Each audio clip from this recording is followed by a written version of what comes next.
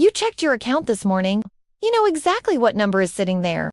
And before you even think about buying something, anything, you're already doing the math. Not because you want to, because you have to. That's the sound of survival mode. It doesn't announce itself. It just lives in your chest as a low hum of calculation. Every decision filtered through a single question. Can I afford this right now? Not can I build something? Not where do I want to be in 5 years? Just, will this break me today? And here's what nobody tells you. That feeling doesn't go away just because you start making more money. Because the problem was never really about the number in your account. It was about the space in your head. There's a line most people cross without realizing it. A threshold where money stops being a constant threat and becomes something quieter, something manageable. And on the other side of that line, everything changes. Not because you suddenly got rich, but because your brain finally got room to think. Most people never find that line. They spend their entire lives believing they just need to make a little more, save a little harder, work a little longer. They think the problem is discipline, or willpower, or that they're just bad with money. But they're wrong. The real issue isn't how much you have. It's whether you've built enough of a foundation that your nervous system can finally relax. Because until that happens, you're not making financial decisions, you're making survival decisions. And survival decisions never build wealth, they just keep you alive. Let me show you what I mean. Think about the last time you had an unexpected expense. Your car broke down, your laptop died, a medical bill you didn't see coming. What did you feel in that moment? Before you even figured out how to pay for it, there was something else. A spike of panic, a tightness in your throat. The immediate thought, this is going to set me back. That reaction isn't logical, it's biological. Your body is registering a threat, and when your body thinks you're under threat, it doesn't care about compound interest or long-term planning. It cares about making it through today. That's survival mode, and it's running your financial life whether you realize it or not. Now think about someone who doesn't have that reaction. Someone who sees the same unexpected bill and just thinks, annoying, but I'll handle it. What's different? Are they smarter? More disciplined? Do they just make way more money? Sometimes, but not always. The real difference is this. They've crossed the line. They've built enough of a buffer that their brain doesn't interpret every financial surprise as a crisis. They have what I call financial breathing room. And once you have that, everything changes. Here's the thing most people believe. They think wealth is about reaching some magical number. Get to 6 figures. Get to 1 million. Get to the point where you never have to worry again. And so they chase that number. They work harder. They sacrifice more. They tell themselves it'll all be worth it when they finally get there. But that's a trap. Because no matter how much you make, if you're still thinking like someone in survival mode, you'll never feel secure. You'll just find new things to worry about, new expenses that feel urgent, new reasons why you can't relax yet. The uncomfortable truth is this. Survival mode isn't about how much money you have. It's about how your brain has learned to relate to money. And until you change that relationship, more income just means more sophisticated stress. I know this because I've watched it happen over and over. People get promotions, their income doubles, and 6 months later, they're just as anxious as before because they immediately adjusted their lifestyle to match their new income. Bigger apartment, nicer car, better restaurants, and suddenly, they're back to living paycheck to paycheck. Just at a higher altitude, they thought they were moving forward, but they never actually left survival mode. They just redecorated it. So what's the real shift? What actually changes someone's financial life? It's not a number. It's a state of being. It's the point where your basic security is no longer negotiable, where you've built enough of a foundation that your nervous system can finally exhale, where money stops being the first thing you think about every single day and becomes something that quietly works in the background. That's the invisible line, and it's different for everyone. For some people, it's having 3 months of expenses saved. For others, it's 6 months. Some people don't feel secure until they have a year. The number doesn't matter. What matters is that you've reached the point where financial surprises are irritating instead of catastrophic. And here's what happens when you cross that line. Your brain changes gears. Instead of constantly scanning for threats, it starts looking for opportunities. Instead of asking what you can't afford, it starts asking what you want to build. Instead of thinking in days and weeks, it starts thinking in months and years. This isn't about becoming rich. This is about graduating from survival into something else, something calmer, something that actually allows you to make decisions instead of just reacting to circumstances. And the interesting part, once you're on the other side, building wealth becomes almost inevitable. Not because you suddenly got smarter or more disciplined, but because you're finally operating from a place where good decisions are possible. Let me explain how this works in your brain. When you're in survival mode, your prefrontal cortex, the part of your brain responsible for long-term planning and rational decision-making, is basically offline. Your amygdala, the fear center, is running the show. And the amygdala doesn't care about your retirement account. It cares about immediate threats. When you're stressed about money, truly stressed, not just mildly concerned, your brain is literally incapable of thinking long-term. You can read all the personal finance books you want. You can know intellectually what you should do. But if your nervous system is screaming that you're not safe, you won't do it. You'll do whatever feels urgent right now. This is why people in financial stress make decisions that seem irrational from the outside. They'll skip investing to handle immediate expenses. They'll take on high-interest debt because they need relief today. They'll avoid looking at their accounts because the anxiety is too much. None of these are stupid decisions. They're survival decisions, and in survival mode, they make perfect sense. But once you have breathing room, everything flips. Your prefrontal cortex comes back online. Suddenly, you can think about next year without it feeling like fantasy. You can look at an investment opportunity and actually evaluate it. Instead of just feeling fear, you can make a plan and stick to it because you're not constantly being derailed by emergencies. This is where wealth actually begins. Not at some arbitrary income level, but at the point where your brain has the space to think strategically. Now here's where it gets interesting. Once you're out of survival mode, something else kicks in: momentum. And momentum in personal finance is everything. Think about it like this. When you're barely keeping your head above water, every dollar you manage to save feels like a miracle. You put away $50 and you're proud of yourself. You should be. That took real effort. But then something happens.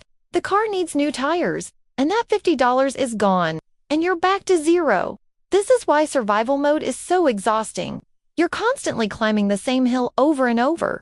There's no accumulation. There's no compounding. There's just endless maintenance. You're not building. You're just not falling apart.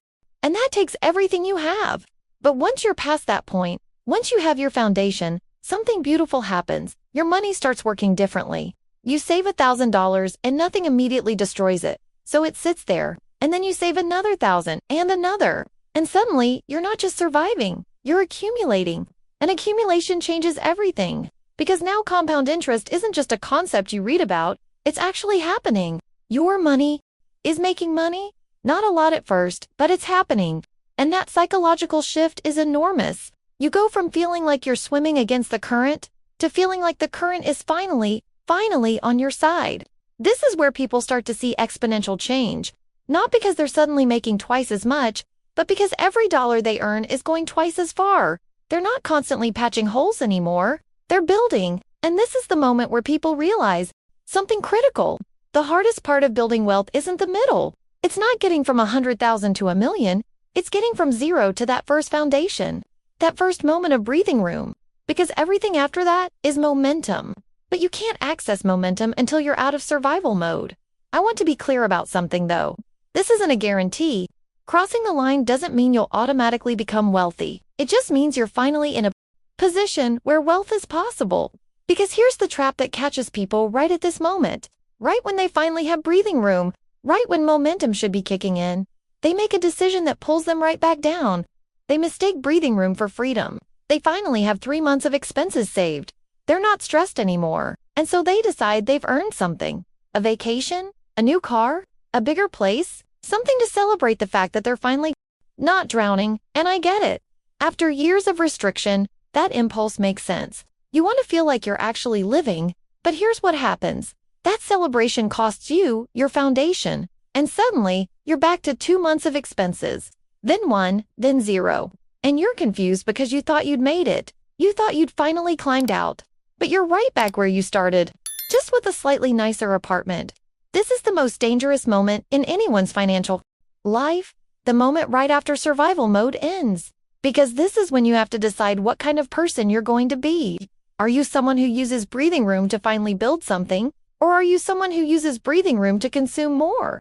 Most people choose consumption, not because they're bad with money, but because they've been in survival mode so long that they don't know what else to do with relief. The only reward they understand is spending. The only way they know how to celebrate progress is by increasing their lifestyle. And so they never actually leave. They just cycle. Make more, spend more, stress more, Different numbers, same pattern, same feeling in your chest when you check your account. They never made the shift. The people who do make it, the ones who actually build wealth, they do something different. They protect the breathing room. They understand that the foundation isn't the finish line, it's the starting line. And instead of celebrating by spending, they celebrate by building faster. They take the momentum and they accelerate it. They don't upgrade their car. They start investing. They don't move to a bigger place. They stay where they are and watch their savings multiply. They feel the relief of not being stressed about money and they think, I never want to feel that stress again, so I'm going to make sure I never have to. This is the identity shift. This is the real transformation. It's not about what you have, it's about who you become. You stop being someone who's controlled by money and you become someone who controls money. You stop reacting and you start directing. You stop surviving and you start building. And here's the interesting part. Once you make that identity shift, the actual mechanics of wealth become almost boring. It's not dramatic, it's just consistent. You spend less than you make, you invest the difference, you protect your foundation, you let time do its work. That's it. There's no secret. There's no hack. There's just the simple math of someone who's no longer in survival mode. But getting to that place, getting to the point where the simple math is even possible, that's the entire game. And most people never get there because they don't understand what they're actually building toward.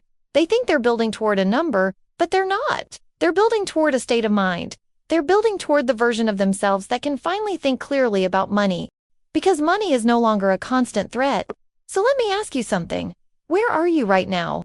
Are you still in survival mode? Are you constantly calculating, constantly worried, constantly one emergency away from falling apart? Or have you crossed the line? Do you have breathing room? And if you do, what are you doing with it? Because this is the moment that matters. Not when you make your first million, not when you retire early. Right now, this moment, where you decide whether you're going to protect the peace you've built or whether you're going to spend it. And if you haven't crossed the line yet, if you're still in the thick of it, I want you to understand something. You're not broken. You're not bad with money. You're not lacking discipline or willpower or intelligence. You're just in survival mode. And survival mode doesn't build wealth. It keeps you alive. That's all it's designed to do. But you can get out. Not by making more money, though that might help, but by building breathing room, by creating a foundation solid enough that your nervous system can finally relax, by giving yourself permission to think beyond today. And here's how you start. You stop spending money trying to feel better. Because when you're stressed, consumption feels like relief. But it's not. It's just distraction. And distraction always costs more than it's worth. Instead, you start building toward the only thing that actually provides relief. Space, margin, room to breathe. You save 1 month of expenses, then 2, then 3. And somewhere in that process, maybe at month 2, maybe at month 5, you feel something shift. You check your account, and instead of panic, you just feel calm. And that's when you know you've crossed the line. You're no longer just surviving, you're building. And from that point forward, everything is different. Not because you suddenly have a lot of money, but because you finally have the mental space to think about money clearly. And clarity, real clarity, is worth more than any amount you could ever save. Because once you can think clearly, building wealth stops being this impossible thing and becomes something inevitable. Not fast, not easy, but inevitable. That's the real secret. That's what separates people who build wealth from people who just make money. It's not intelligence. It's not luck. It's not some special knowledge. It's just the ability to operate from a place of calm instead of a place of fear. To think in years instead of days. To protect the foundation instead of spending the relief. So if you're still broke, if you're still stuck, if you're still wondering why nothing ever seems to change, ask yourself this. Am I trying to build wealth from survival mode? Because if you are, it won't work. You have to cross the line first. You have to build breathing room. And then, only then, can you start building something real. That's the invisible cycle. Survival to breathing room. Breathing room to momentum. Momentum to wealth. But you can't skip steps, and you can't rush it. You just have to commit to getting out of survival mode, and then staying out. Because here's the thing. Once you're out, once you've crossed that line and protected it long enough to feel the momentum kick in, you'll look back and realize something. The number you were so focused on, the amount you thought you needed to finally feel secure, it was never about the number. It was always about the space. The mental space, the emotional space. The space to finally think about something other than whether you're going to make it through the month. And that space, that breathing room, that's the real wealth. Everything else is just math. If you made it this far, do me a favor, hit subscribe, because this is what we talk about here. Not tips, not hacks, not get-rich-quick schemes, just the real psychology of money. The stuff that actually changes your life. And leave a comment. Tell me, when did money first start feeling heavy for you? When did you realize you were in survival mode? Because I read every comment, and your story might be exactly what someone else needs to hear to realize they're not alone in this. Thanks for watching. I'll see you in the next one.